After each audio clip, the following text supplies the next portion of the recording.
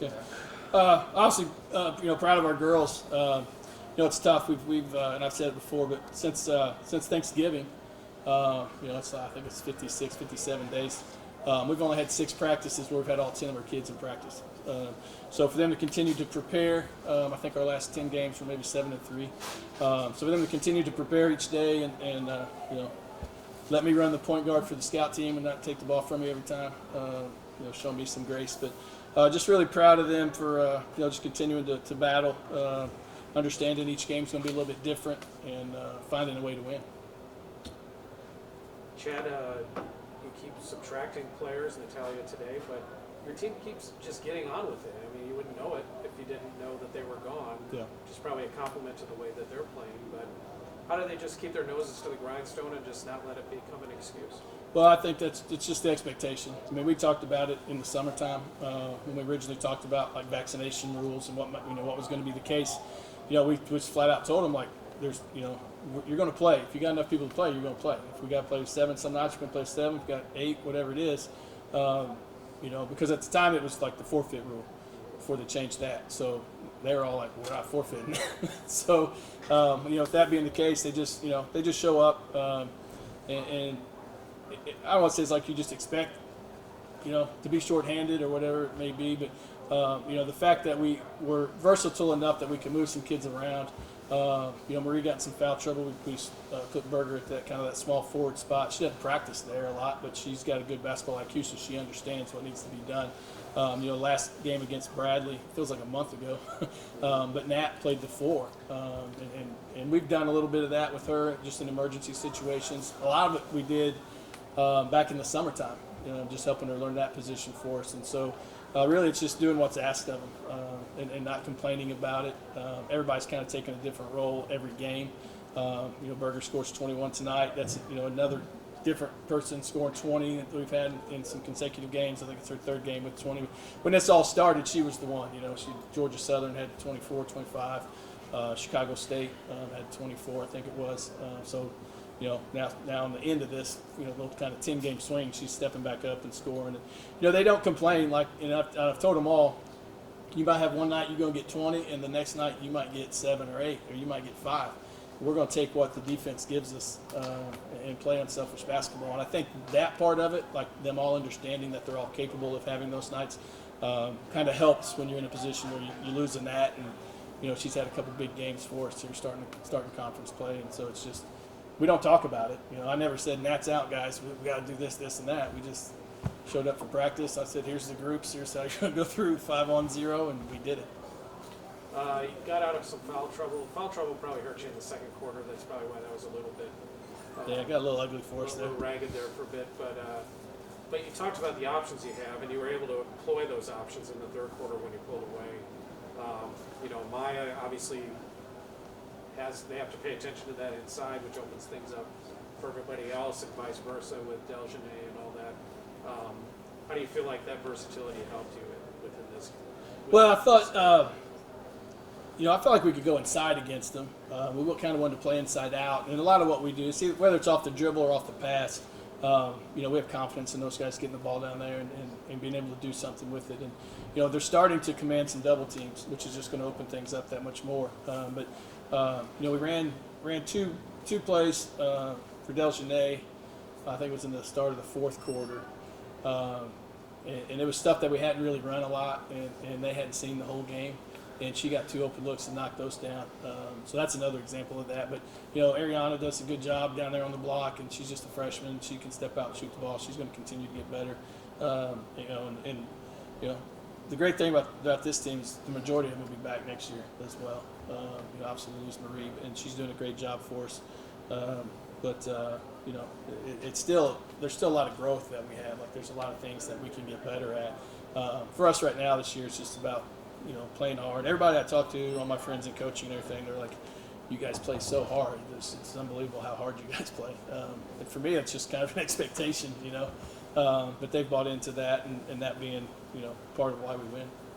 Delgenay, she had the feel tonight of somebody who, in a game where there's a lot of turnovers, both teams had their moments where they played really good defense. She had that air about her that was suggested that, I'm here to not only score and contribute, but also calm things down a little bit, make sure the team is steady. Talk about that influence, her influence with that. And I think that goes back to just her basketball IQ and kind of understanding what we need at the time. She maybe made one mistake, I think, when she dribbled to the corner and we called that timeout. But other than that, like she understands where the ball needs to go. She's as good as we've got at understanding a hot teammate. We're at Drake. Nat got hot and she was like just force feeding her the ball at the 3-point line. So I really think it goes back to that basketball IQ and just wanting to win. You put together 21 points, 5 rebounds, 5 assists, 5 steals, only turned the ball over 2 times, played 31 minutes. The adjustment for her tonight was we started Katie at the 1, so where it's been a long time, I think since maybe the fourth or fifth game of the year that she hasn't started at the point for us. But for what we needed in terms of matchups against them, we needed to start Katie from a defensive standpoint. She didn't complain. I told them at shoot-around today, I said, I don't know who's going to start yet until I see what's in the book for them, and then I'll tell you who started. And they're like, okay. And no one was like, oh, man. Like nobody cares. Like they don't care if they start. They don't care. So she's taken on some different roles for us. I mean, she's been a playmaker some games. And there's games where, after the game I get the box score and I look at it and I'm just going through. Points is obviously the first thing everybody looks at.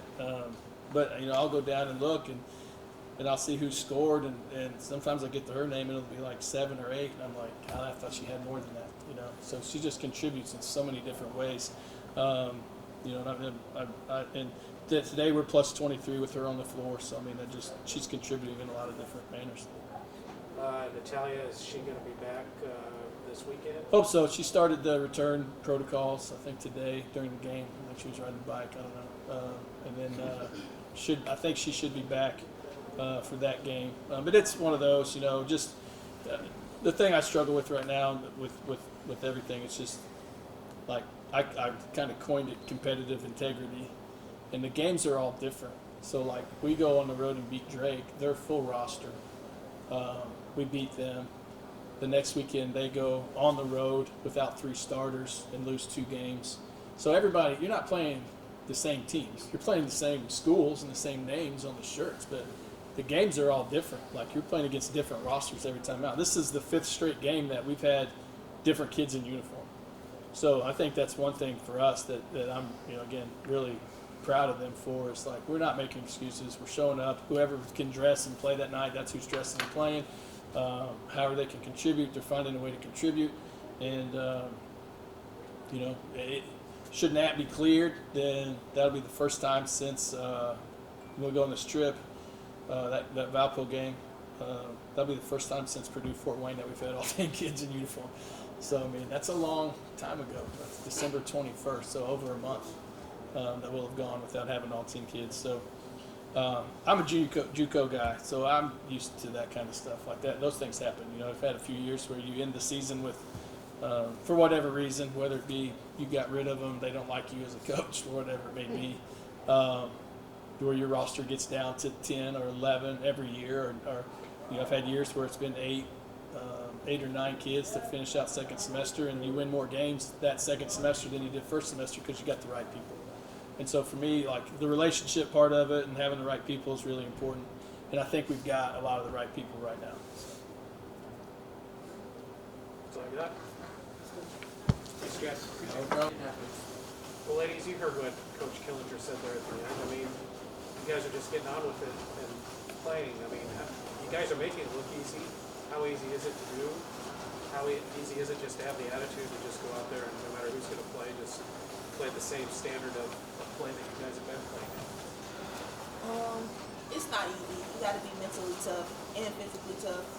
You got to have the right people around you to push you and talk you through it. Like, we all got to be on the same page. We all got to push each other through and be like, we good, we got your back. We're going to have some days where we down, but we always come back, have each other back, and stuff like that. Ray, anything else? No, basically Berger covered everything. Like she said, it's not easy at all. And the coaches have like a high expectation, so during practice this is when we like really started the hard part. So. It looks like you can almost apply the same attitude you guys have taken to preparing for games to this individual game too. You guys had to ride out some peaks and valleys. What do you think was the trait you guys had in the third quarter to put you finally in control? Well, throughout the whole game, we was talking to each other like we always gotta play harder and harder every quarter. Like we gotta push ourselves, fight through adversity, all types of adversities, and we just keep telling each other like we good, we here, we're gonna keep playing hard. Like it doesn't matter what time on the clock, what's the score, we're gonna keep playing. Any thoughts, Mike? No, what Bernie said, once again, like she's pretty much covering everything. We just go out there and play hard, have each other's back is the most important part, that we come together as a unit and have each other's back. Ray, how good do you feel about the team's kind of scoring versatility? Now, you guys didn't shoot, as Coach Dillinger said, you guys didn't shoot many threes tonight, but you guys have the capability to do that when you need to. Third quarter, everybody got involved. Delgenay got involved, you got involved, Maya got involved. How good do you feel about the options you guys have offensively? I basically said coaches put me in design certain plays. If one person hot, like tonight, Berger, Delgenay was hot, so he kept running options for Delgenay, which like it's our job to give it to the open person. So we just playing together as one, get into like the hot hand at the moment.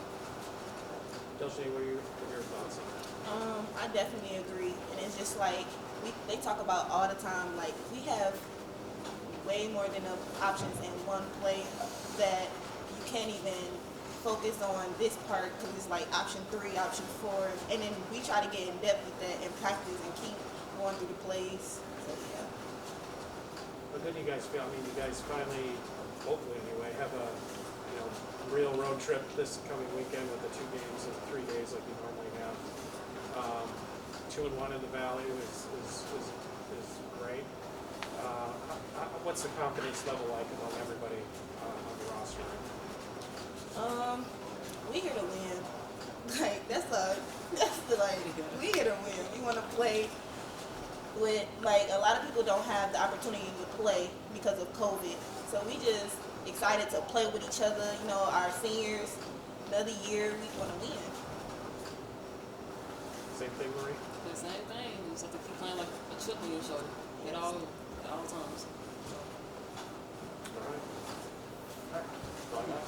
Thank you. Thank you. Appreciate it.